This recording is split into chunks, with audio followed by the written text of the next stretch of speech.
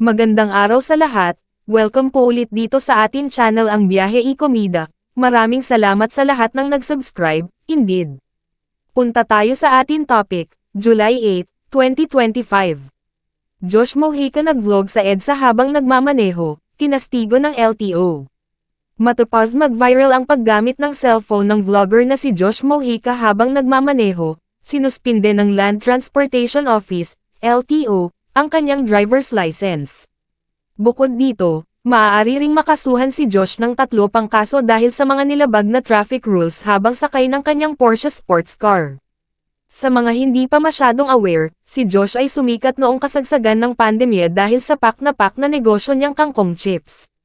Ibinahagi ni Josh sa kanyang Facebook account ang kanyang video noong July 2, kung saan makikita na nagmamaneho siya ng isang top-down car at ni-record ang sarili habang bumibiyahe sa kahabaan ng EDSA. Nakalagay sa caption, "Life's so freaking good when you stay masipag at pogi." Hindi pa rin tinatanggal ni Josh ang nasabing video sa kanyang FB, as of July 7, na may mahigit 10 million views na at libu-libong reactions, comments at shares.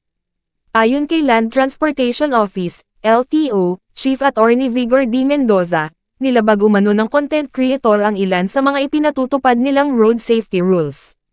Anuman ang klase ng sasakyan na minamaneho ay dapat matuto pa rin tayong sumunod sa mga batas trapiko.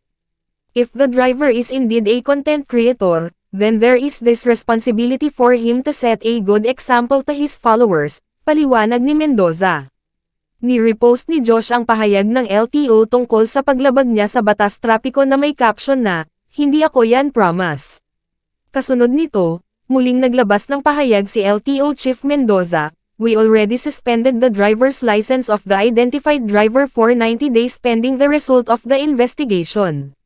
Nakalagay din daw sa inilabas nilang show cause order ang mga kasong pwedeng isampa sa vlogger: reckless driving, violation of the Anti-Distracted Driving Act, Section 4 of RA No. 10913, and being an improper person to operate a motor vehicle, Section 27A, of RA No. 4136.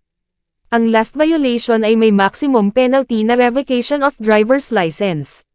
Both the registered owner and the driver were asked to appear before the LTO Central Office and submit an explanation why they should not be held administratively liable. Aside from suspension of driver's license, the Porsche was also placed under alarm, sabi pa ng opisyal ng ahensya. Paalala sa lahat ng nagmamaneho na maging responsible lalong-lalo na sa mga kabataan.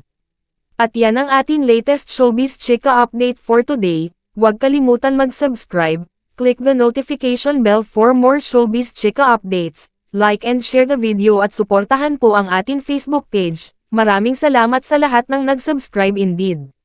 Magandang buhay sa lahat, adios!